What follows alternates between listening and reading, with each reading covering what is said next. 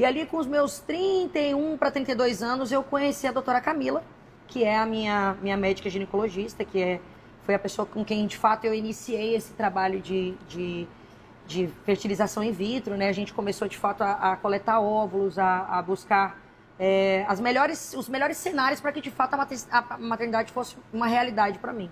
Né? E aí a gente entendeu que o congelamento de embriões fosse o melhor caminho para mim, né? Sabendo que o óvulo ele tem um período de maturação, tem toda uma questão que você, de repente, acaba deixando vulnerável à possibilidade disso, de fato, se tornar uma gravidez. E aí, ali por volta dessa idade, 31, 32 anos, a gente começou a fazer essas coletas de óvulos. Então, tem basicamente aí uns 4 anos que nós estamos juntas. Oi, gente, eu sou a doutora Camila, eu sou médica especialista em reprodução humana pela USP. Participei dessa trajetória da Lau até a maternidade, sei que isso está trazendo muitas dúvidas para muita gente, então ela me convidou para conversar um pouquinho a respeito sobre como foi esse processo. Meu primeiro contato com a Lau foi há 4 anos atrás, quando o projeto Raiz era só uma semente. E mesmo muito jovem, ela sempre deixou muito claro o sonho da maternidade. Ela até comentou assim, ai cá, por mim, eu já estava com o neném no colo, no meio do mato, na fazenda, amamentando, só eu e ele. Mas por causa dos projetos aí de trabalho, ela não ia conseguir pôr esse plano em prática tão cedo. Além disso, a Lau tem um histórico na família de menopausa precoce e quando a gente fez a avaliação da reserva ovariana, a gente percebeu que essa reserva já era no limite inferior para a idade dela. Não sei se vocês sabem, mas nós mulheres nascemos com o nosso estoque de óvulos prontos, não produzimos óvulos depois que a gente nasce, a gente só gasta e eles só envelhecem com o passar do tempo, principalmente após os 35 anos. Então, no caso da Lau, a gente precisava muito falar sobre planejamento familiar e preservação da fertilidade.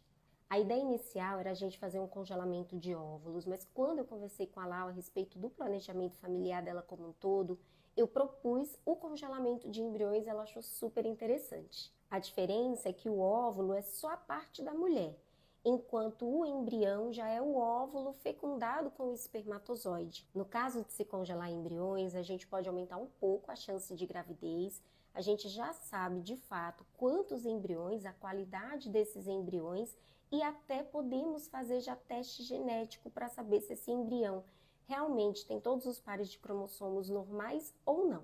Na época, apesar da ideia do embrião ser muito boa, eu fiquei um pouco receosa, porque vai que ela mudava a ideia de planejamento familiar, vai que ela precisava desses óvulos para fecundar de outra forma e não do embrião, né? Seria um problema para a gente. Mas foi aí que eu percebi que o planejamento dela de maternidade era independente de qualquer pessoa que estivesse ao lado dela. Existem pessoas que não querem ter filhos ou têm dúvidas, existem outras que só se veem com filhos dentro de um relacionamento, e existem pessoas que têm a ideia de maternidade muito clara e muito forte, independente da pessoa que estiver ao seu lado. E era bem esse o caso da Lau. Começamos a falar a respeito de doador de sêmen e, como muitas, a primeira ideia dela foi buscar um amigo doador. Mas eu expliquei que no Brasil, o Conselho Federal de Medicina só permite produção independente se for de banco. Se a gente parte para um doador conhecido, esse doador deixa de ser doador e vira pai. E aí a ideia foi descartada. Ela optou por um doador de banco de sêmen internacional e entre os compromissos dela, a gente passou uma programação para começar a estimulação ovariana, o uso das medicações e a coleta de óvulos. E aí quando você acha que está tudo muito bem programado, vem as surpresas do mundo da reprodução. No nosso primeiro ciclo, a gente já percebeu que coletou poucos óvulos, a maioria desses óvulos eram imaturos, sem qualidade para fertilizar, e desse primeiro tratamento a gente só conseguiu um embrião. Um embriãozinho só, com 60% de chance de implantação para o futuro, para esse histórico de baixa reserva, de menopausa precoce na família, e pelo desejo dela ter mais de um filho, era uma quantidade muito pequena. Então a gente se organizou para fazer múltiplas coletas até que chegasse numa quantidade ideal. E eis que a segunda coleta foi pior que a primeira. Os óvulos estavam muito fragmentados, com alterações ao microscópio, e a gente não teve nenhum embrião para congelar. Nessa hora, gente, bate um desespero e aí vem aquela sensação de será que eu nunca vou conseguir ter um filho? Será que tem alguma coisa de errado comigo? As pacientes entendem, quem já passou por isso, né? Nessa hora, ela inclusive falou assim: Camila, se eu precisar receber óvulo, não tem problema. A minha vontade, o meu sonho da maternidade vai muito além do meu DNA. E é nessa hora que a gente sabe quando a paciente quer ser mãe ou quando ela quer ter um filho.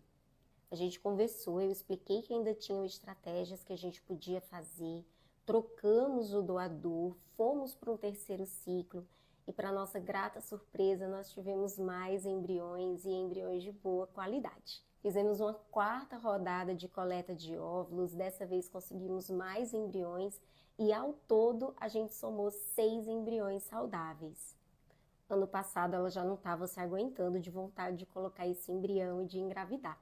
E a gente começou a fazer os exames para ver se estava tudo bem com o útero, para a gente poder transferir esse embrião. E no meio desses exames, a gente encontrou um mioma bem dentro do endométrio, que é onde a gente coloca o embrião.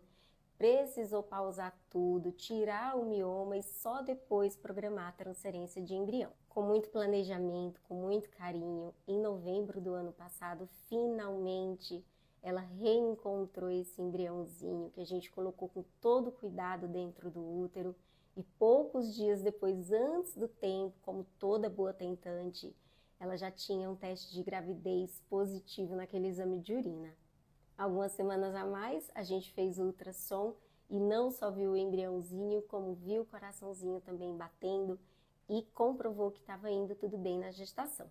E eu fiquei muito feliz com o convite para falar um pouco a respeito desse processo, porque a gente sabe que fertilização in vitro, inseminação, famílias LGBT, produção independente ainda trazem um tabu e muitas dúvidas para muita gente. Nos últimos anos a gente teve um aumento pela busca de doadores de sêmen gigante e antes o que era liderado por casais heterocis, hoje é liderado por dupla maternidade e produção independente. E eu me pergunto como pode no Brasil a produção independente, a maternidade em idade avançada, a família LGBT ser tão descriminalizada ainda, sofrer tanto, quando a gente tem um dos maiores números do mundo de crianças sem registro do pai na certidão de nascimento ou abandono paterno.